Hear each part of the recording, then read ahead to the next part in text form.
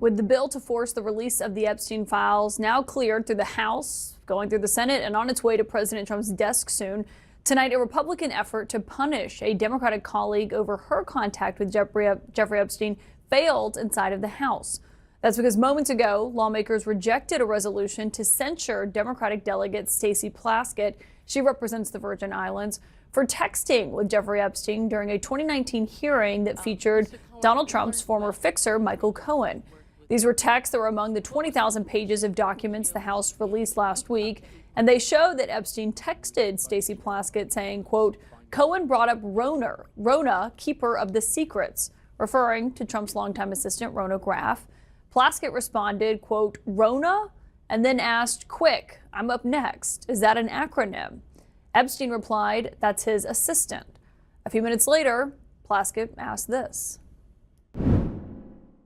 As Ms. Rona, what is Ms. Rona's position? Rona Graff is Mr. Trump's executive assistant. And would she be able to corroborate many of the statements that you've made here? Yes, her office is directly next to his, and she's involved in a lot that went on. A minute after Plaskett wrapped up her questioning there, Epstein texted her, quote, good work. The text exchange comes just 3 months after the Miami Herald published its investigation detailing Epstein's abuse of young girls. And tonight, House Democrats are fiercely defending Stacey Plaskett, with the leader, Hakeem Jeffries, calling the censure vote a political stunt, as Plaskett is echoing that defense and denying that Epstein had any influence on her questions. They've taken a text exchange which shows no participation, no assistance, no involvement in any illegal activity, and weaponized it for political theater. Because that's what this is. And my source tonight is the Democratic leader in the House, Hakeem Jeffries. And thank you, sir, for being here. Obviously, a lot of movement up on Capitol Hill today. And you heard Stacey Plaskett there. She was arguing her texts with Jeffrey Epstein were not illegal. But in your view, were they appropriate? Well, Stacey Plaskett is not accused of violating any House rule, any law, any statute, and she's clearly and unequivocally denounced Jeffrey Epstein. And I think what the survivors fought for today is the type of transparency that came out of the House, went through the Senate, and is now on its way to Donald Trump's desk, where hopefully he'll sign it into law, because at the end of the day, all the American people are asking for is just the truth, the whole truth, and nothing but the truth, which is why these Epstein files that Donald Trump and his administration has been hiding for months need to be released. But do you think it was appropriate for her to be texting with Jeffrey Epstein 11 years after he pleaded guilty? I mean, I have not had a conversation with Stacey Plaskett to discuss this issue, because we've been focused today on making sure that there was a decisive vote as it related to the Epstein files and the release. I'm thankful for the work of Representative Massey, of Ro Khanna, but most importantly, the survivors. Do you plan to talk to her about it?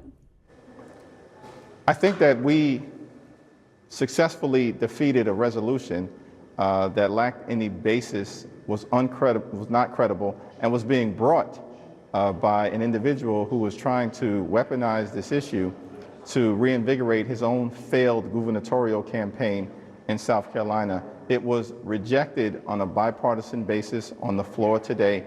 That's the end of the story. Yeah, I was just asking if you personally believe messaging with Jeffrey Epstein, who is at that point a registered sex offender, is appropriate for a member of the House Democratic Caucus. That's the third time you've asked me this question, and I'm going to give you the same exact answer. Our focus today is on making sure that the Jeffrey Epstein files were released. If you want to have a conversation with Stacey Plaskett about it, I'm sure she'd be willing to talk to you. It was an illegitimate effort to try to remove her from the House Committee on Intelligence, and that was defeated in a bipartisan way. Well, let me ask you about you, because the White House has been highlighting an email that I'm sure you've seen today that Jeffrey Epstein got in 2013. They say it shows you were soliciting money and dinner from an Epstein. The email was not sent from you. It was sent from a political consulting firm called Dynamic SRG that says, we are thrilled to announce we are working with Congressman Hakeem Jeffries. Shoot us an email or give us a call if you would like to get involved. What's your response? Do you recall that email being sent to Jeffrey Epstein from that team?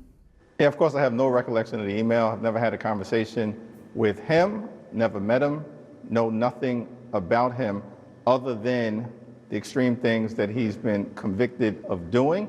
And that's why, I'm just strongly supportive of the effort, backing the survivors to make sure that everything can come out, whatever is in those Department of Justice files. So you never got a donation from Jeffrey Epstein or anything like that? Certainly not. And just on this passing today, to this point, I mean, this is something that even Ro Khanna told me just a few moments ago, he never even thought it would get to this point today. I wonder what it says to you that the House Speaker, Mike Johnson, fought this so much and had a concern over, he was saying this discharge petition would create new victims, as he argued, because it was requiring the DOJ to release information where maybe the FBI hadn't reviewed it and determined it's not credible. I wonder what you made of how this culminated tonight. Well, I think it was a decisive bipartisan vote that, I think clearly, despite all of the efforts, 7 weeks of Republicans being on a paid vacation and refusing to swear in Representative Adelita Grijalva. Why was that done? Because they didn't want her to become the 218th signature on the discharge petition that ultimately resulted in the vote today. And so I don't think the Speaker has any credibility as it relates to this issue, but I'm thankful for the outcome today, thankful for the decisive vote in the Senate, and now it's on its way to President Trump's desk. And the Plaskett censure did not pass. There was a resolution rebuking Congressman Chuy Garcia.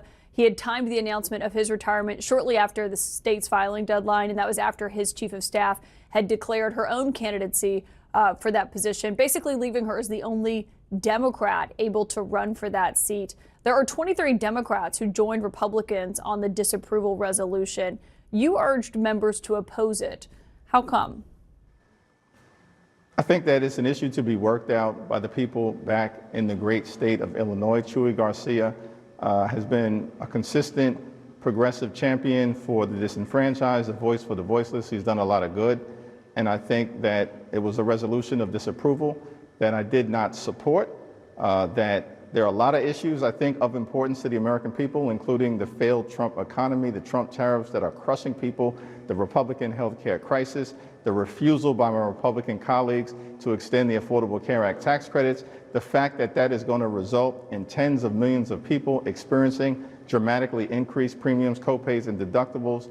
People are going to be unable to go and afford to see a doctor when they need one. There are a whole host of issues that the American people just made clear 2 weeks ago during the general election that they want to see addressed. It's the reason why Republicans were decisively defeated across the country and up and down the ballot, and yet we continue to come to the floor of the House of Representatives and they play partisan political games as opposed to dealing with the issues that matter relative to driving down the high cost of living and making life better for the American people.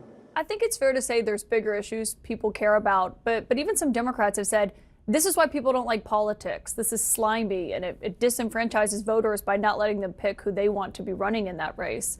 Did they have a point?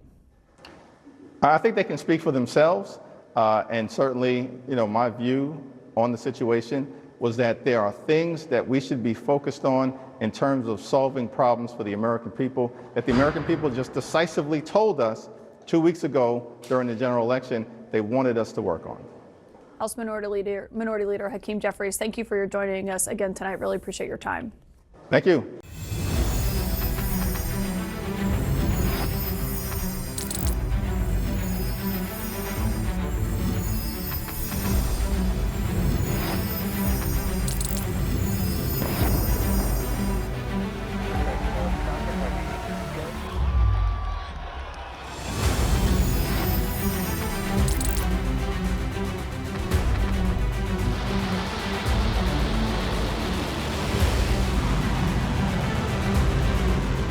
Fighting so long and so hard that they don't know what the they're doing.